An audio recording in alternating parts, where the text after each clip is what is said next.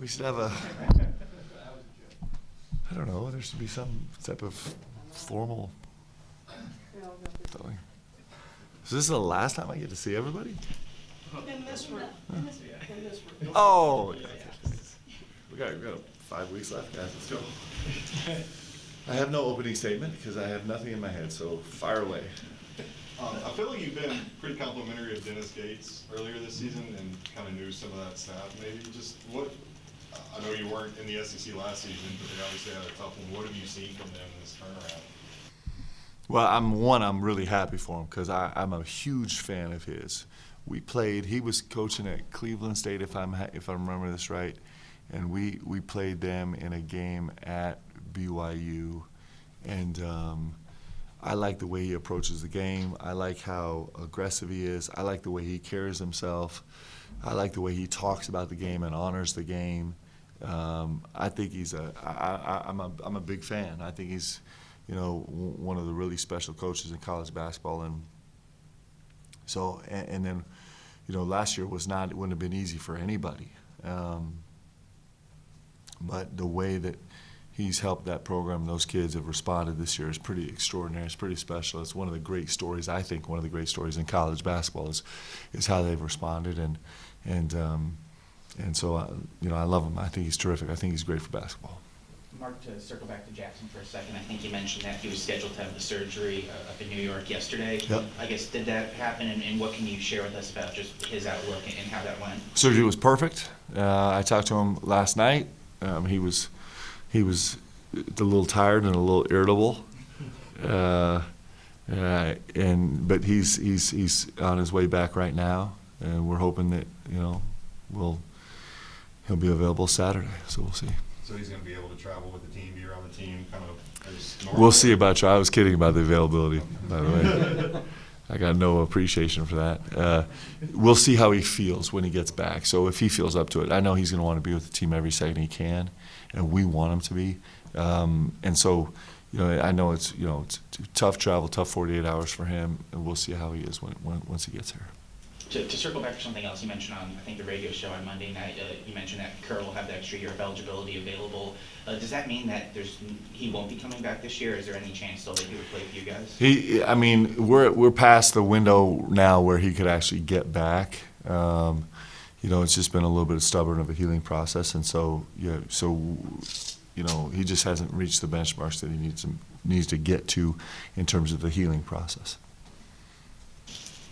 Mark, how much would Saturday kind of just be a shot of confidence to get a win? Not that you guys don't have confidence, but kind of get some of that big game swagger back that you guys had for the first 3 months of the year, Yeah. but kind of lost the last couple big games that you guys have played in. I think it's just I think this league is really spectacular, and you just see last night. Everything turns upside down every single second of the way, right? And so I think you want to get every single win you can, and you understand what it is, and I think that it's really imperative for everybody in this league, that you understand that how great the level of competition here is, and it shouldn't ever affect your confidence, actually. We would love to win. We'd like to go into the SEC tournament on a little bit of a run, because it just makes you feel good. But it won't have any impact on our confidence level or our belief in our guys. I would like to get through the game healthy, so that's a huge priority for us. How quick did the season went by for you? Pretty quick? It's so fast. It's so fast. It's too fast, actually. But it's been, we get to play our last game of the regular season on Saturday, and it's just been an epic, dramatic, incredible, wonderful, painful journey. All the things that you want in it, and we can't wait to get to the postseason. How did Lamont and Andrew especially come out of that LSU game? They came out perfect, so I'm super grateful for that. So they're doing really, really well. Every day that we move forward, I think that they gain and we gain a little bit more confidence in their health. So that's been a real blessing. Mark, is there some type of value in having permanent clarity on Jackson, knowing this is going to be the group that you have, knowing that Andrew and Lamont are back at full strength, that practice is going to be the And- guys you have? Yeah, in terms of strategy and planning and kind of getting your mind wrapped around the roster, yes. You just knowing what you have is incredibly helpful for sure. Missouri is one of the better offenses in the country. Just what are maybe a couple things that really make them go, and that how do you think you match up against them defensively? Yeah, they're almost 22% of their possession are in transition, and they're a really, really high-level steals team. They're one of the best steals teams in the country. But if you look at it, if you kind of dig deeper into the numbers, their transition is still prolific, even if you take out the steals numbers. So they're pushing in transition really hard. They have incredibly capable shooters that are dangerous. They have really dangerous perimeter players. They've got a non-traditional starting 5-4 who's unbelievable in ISO. He's coming off more ball screens than any big in our conference for sure, and he's really, really effective at it. They have an ability to kind of focus in on some places they want to attack and come back to them over and over and over again. I think Coach Gates does a great job. Dennis does a great job with that. They're kind of a really well-constructed roster. There's some similarities kind of just to the general sense. We run a lot of the same actions offensively. We kind of value spacing in the same way offensively. There's personnel. There's some familiarity and just kind of putting the roster together. I think they're a really good team, and clearly they've been terrific offensively. You talked about kind of last night's get results and the conference turning upside down on its head. I just wonder, how much do you pay attention to the seeding and where you guys are at potential matchups, or is it still too early? Well, now we're doing it, a lot because it's just fun, right? There's these little websites where you go on and you're like, okay, if they win and they win and they win, it's like a mind-numbing endeavor. And it's March. I mean, this is the best. I think sometimes we might misread that there's a difference between fans and players and coaches, and there's really not. Except if it's conceivable, as a staff and as a group of players, we might be more excited about everything that comes with postseason than BBN, which seems impossible, right? But so we love every bit of it. There was a moment after, I think Colin had made 2 or 3 threes, and he took a three from maybe 28 feet that was a little contested and fairly early in the shot clock. Maybe not the shot that you want there, but would he have had the confidence to do that 3 months ago? And do you like that part of it going into, maybe you don't want to see that shot in the NCAA tournament, but the thinking behind it? Man, that's a fun question to play with. I like our young guys because our young guys are trying to be unafraid of failing. They're trying to fail fast. We believe in failing fast. I just talked about this with the group last night. Failing fast is really important. And Colin played a terrific game. And he's just speaking of that one shot where, I think he knew and everybody knew and we knew that he pushed the envelope a little too far, right? But that's how you learn, is by failing fast. By stepping out of bounds, you learn what the boundaries are. If you never actually get close to the boundaries, you never learn, you never grow. So we want to fail fast, fail fast, fail fast. We're not afraid of failing. Fail fast, gather data, and let's go. Let's go be bold and courageous and fearless and aggressive out on the court, especially as we're getting to postseason. That's where we want to live. And so I actually loved that moment. I met with Colin the next morning, just very briefly, and we kind of joked about it, and I love it. That's how we grow, and we want to fail as fast as we can, because failure's not final. Failure's just a step in the process of growing. And so the more failures you can stack close together, the more you learn, the more you grow, the more data you collect, the better player that you become. And being unafraid of that was the best part of that moment. Is he was unafraid. He's like, hey man, I think I'm feeling it. I don't know if this is right or not, but I'm going for it. And that's why he's going to be a really, really special player. Leanne tells me this all the time. She's like, birds are never afraid to land on a branch, not knowing whether it's going to break or not, because they can fly. And I want our players to feel that way. I want them to feel like I'm not afraid of a mistake because we can fix it. We can go make up for it. Like I can learn and grow. And so that was actually a super fun moment for me watching him grow.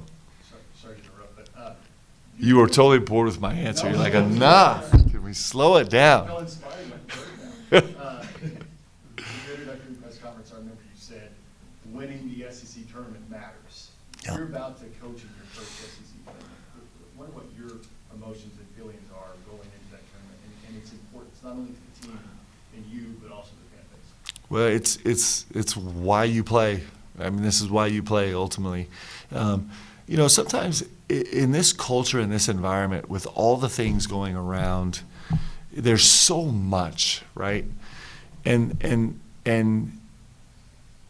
I could say this much more eloquently, but like, let's not forget, this is about winning.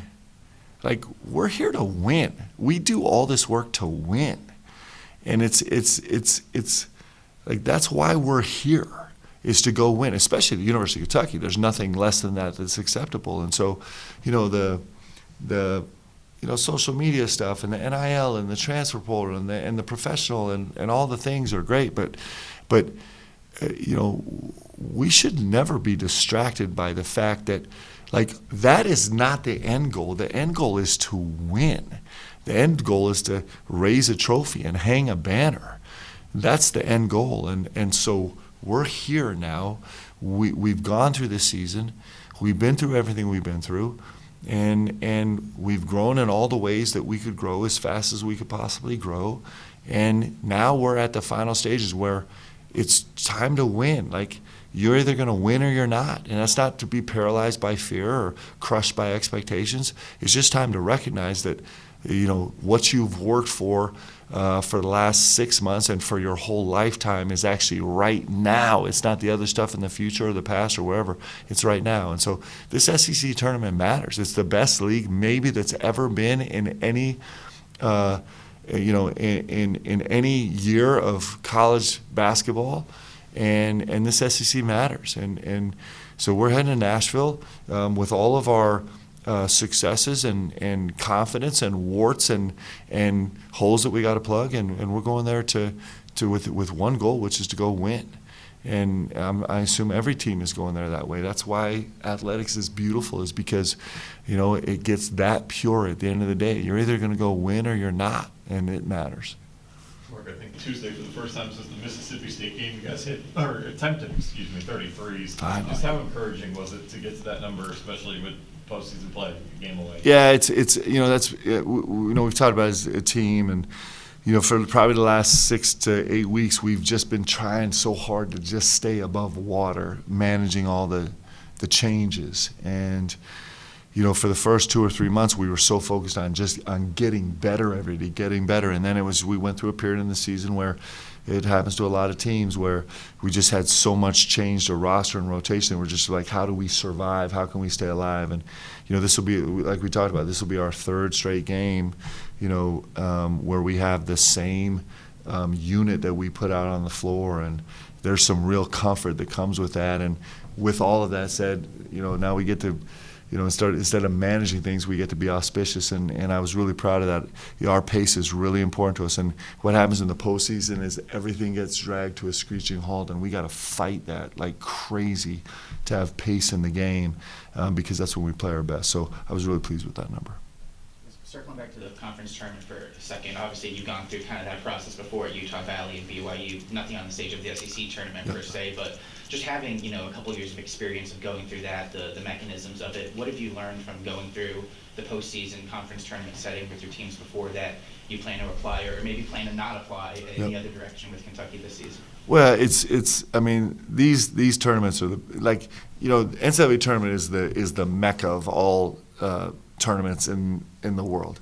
These conference tournaments are great, and being an SEC now in the best conference in the country, in the biggest tournament in the country, one of the things special is this is just back to back to back to back to back. There's no in between days, and it's a fevered pitch going from game 1 to game 2 to game 3.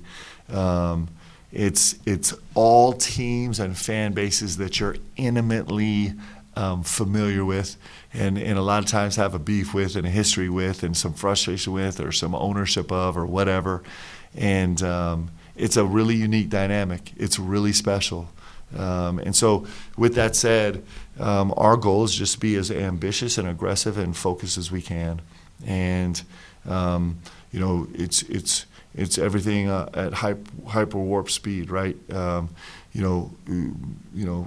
God willing, you win your first game and you roll back to the hotel and get everyone treatment, and you're immediately on. All the emotion is gone, and you're immediately focused on to the next, prepping for the next game, and which is going to happen in 22 hours, and it's a beautiful thing. It's so condensed, and so we love it, and we'll stay laser focused on it and see where we get. 5 years ago this week, COVID hit, and everything stood still. What was that experience like for you 5 years ago, going through an uncertain period of time, especially with NCAA coming up and that type of thing? What do you recall about that? Well, listen, the COVID was way more serious than basketball, so I'll just put that as a foundational statement. It was way more far-reaching and way more important than anything that we do in basketball. The whole thing was devastating. On our little tiny slice of basketball, it was devastating. We had a great team. We were a top 20 team. I think the first team at BYU in a decade that had been a top 20 ranked team. We had a bunch of seniors that had never been to the NCAA tournament in their tenure at BYU, and guys that had just gelled together and kind of defied all the odds to put together an unbelievable product, unbelievable team on the floor.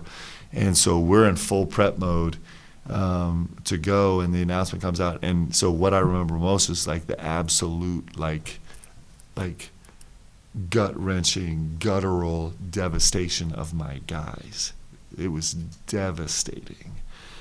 Just on that little slice of the part of basketball that just mattered to us individually, it was devastating. And it's one of those things that we have these throughout our life that help you get better at being present and enjoying every single moment, because you just know you might not get a next one. And those guys, those seniors who'd worked their entire lives to finally get over the hump and earn that opportunity to go play in that tournament as a team that was pretty hot and pretty exciting, to lose that is just a reminder of like, let's make sure that we never take for granted a day again. And that's what I remember. Ansley was knocking down some shots, not to be disrespectful to him or what else he provides for your team, but he just wasn't scoring. It was like a ghost of Ansley. I don't know, like, what happened? Because he really found a groove there, like around the Vandy game. Yeah. A lot of confidence, knocking down shots, like the game at Vandy. I remember it was a good one for him. So what's it going to take for him to kind of do that more consistently here when you're going to need him? His numbers are insane. Like, if you look at his numbers, guys, it's crazy what he's done. His percentages are just ridiculous. Like, he's in such rarefied air. And so it makes you feel really confident. You could either walk into Saturday, which is a huge, going to be an epic game against Missouri, and then walk into the SEC tournament with your guy being one of the elite shot makers in all of basketball percentage-wise, or you could walk in with him being average. And I like walking with the elite guys because I think that gives you more confidence. I don't worry about Ansley for a second. He's put together a spectacular year, and I think he just is so desperate to have a little bit more, like just for us to be together a little bit longer. And so he'll function at a high level. Yeah, Kobe, I know you raved about kind of the stuff he does outside of scoring, his defense, everything. So I know he provides a lot, but what would it take for him to be kind of more than like a once every 3 or 4 games he pops off, once every 5 games? Could he become like a once every other game? I think he'd be every game. I think he can be every game, and so I think he's got big stuff in store here in this next month. It's going to be really exciting. With the defense, the numbers have looked a lot better over the last month or so. How much of it is just having... We got into the 50s, guys. My gosh. How much is it just having Lamont kind of the point of attack, maybe slowing down initial stuff, and does that kind of help everyone behind him as well? Yeah, Lamont makes a massive difference. Now, to the team's credit, we made a huge jump sans Lamont, right? And then him coming back is, I mean, come on. Like, it makes such a difference for us having him at the point of attack. It just is, it's a massive difference. So it's both the impact that he has on the game, which is incredible. He's done it his entire career. And then the rest of the team catching up. I think still in the last 7 games now, we've been a top 20 defensive team. And clearly that's, you know, you can't have a chance. You don't even have a chance to be competitive if you can't function defensively. Good. Thanks, guys.